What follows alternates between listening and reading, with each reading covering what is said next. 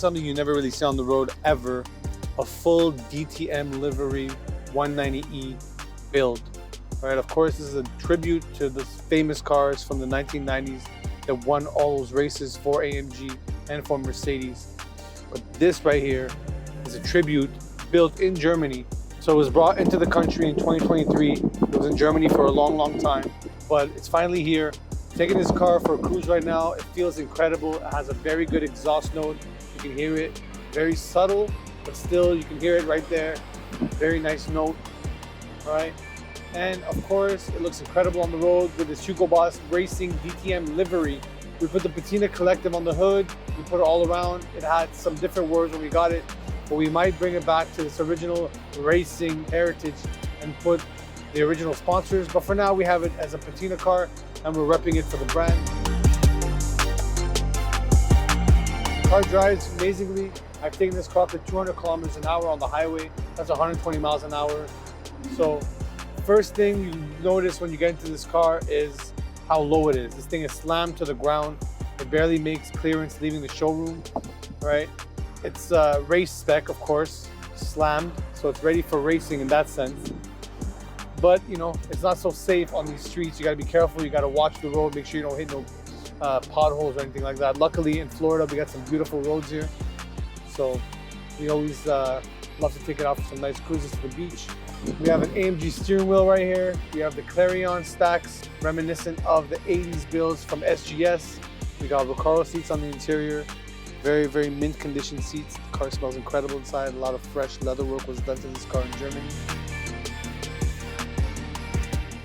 Very dark tints on these windows, all right? Blacked out. We even tinted the windshield. Like I said earlier, when we got this car, it had the dealership that sold it to us, they had their name all over the livery. We had to take that off and put the Patina Collective name on the livery. We're using it right now to promote the museum and the company, but we're looking maybe into reverting it to the original company that sponsored this car in the 1990s. We obviously have some great 190Es in the collection, but this might be my favorite right here. I mean, if I had to pick which one to take out, it would be between this one and the Schultz Grecki, which is two of the most wildest builds that we have as far as 190Es go. But yeah, man, great interior, great exterior, a legendary DTM livery, a 190E. What more can you ask for?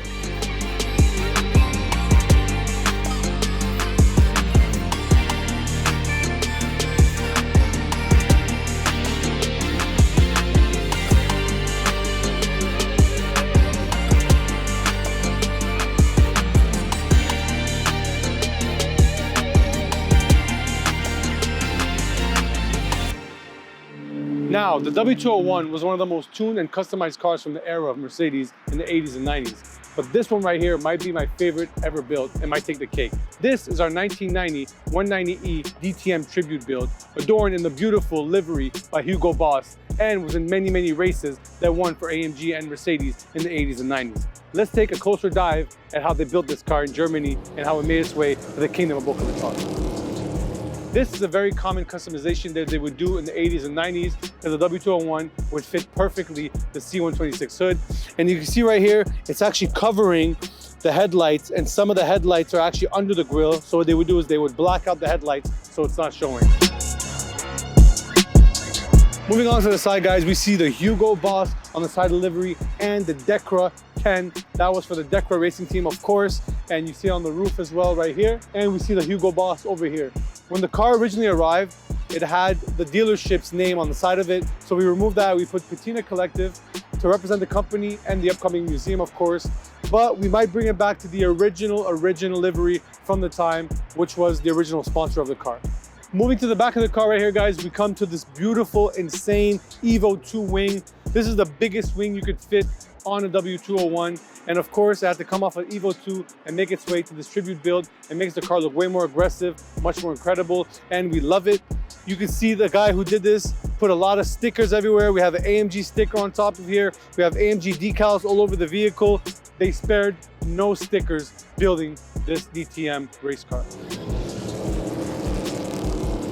Moving down here, guys, we get this crazy exhaust tip right here. This was an exhaust tip that you would find on many different W201s of the era. It has a beautiful note and it gives it a very nice rumble, and it does sound more like a racing car than a stock Mercedes. This is another part you would find on the Evo 2, and you see right here we put the Hugo Boss and the Pirelli sponsorships on top, and of course Patina Collective. Moving along here, guys, we see the emblem of Styling Garage, which is one of the craziest tuning companies of the 80s. And of course, right next to it, we have a signature from Chris Hahn himself, the creator, owner, and builder of all these cars for SGS, right here, straight from Germany. And as we move on to the interior, we get a very strong scent of fresh leather. So this car has a very, very new interior. This has all been done in the recent years. We have an AMG steering wheel, and we have the famous Clarion stacks right here. So every SGS build, Styling Garage build from the 1980s had Clarion stacks, and that's how you can identify that it was usually an SGS build. So we have the Clarion stacks here. They all are functioning. We will cut to a clip right now of it functioning. And we have these great Recaro seats. Everything works, all the electronics work. Of course, we feel nice and snug in here, so we can take turns really fast. Of course, that's what the Recaro seats are for, with these bolsters, these side bolsters right here. And this other weird quirk of this car is right here. These side mirrors actually belong to a BMW, sadly.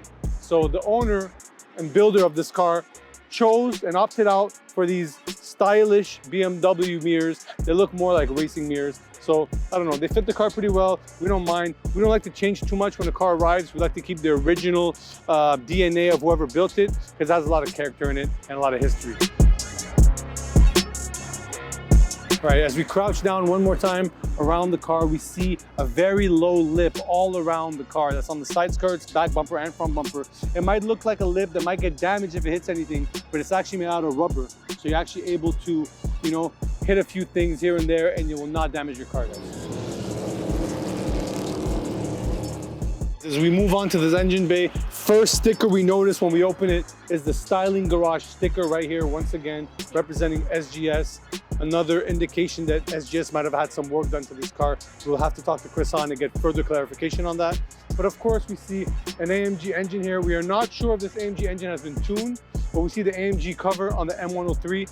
It feels great. It feels really fast, very responsive. So I believe some work has been done to it, but we can't be sure for sure, guys. Hope you guys enjoyed this. Please subscribe, like, and share the channel, and drop a comment right here. Let us know what was your favorite feature on this DTM 190E. The 190E was definitely groundbreaking for Mercedes when it was released in the 80s and changed a lot for the company, putting it in the hot seat for motorsports and performance. So let's take it back on the road, guys, get more shots for you under these palm trees, riding out in the DTM 190E.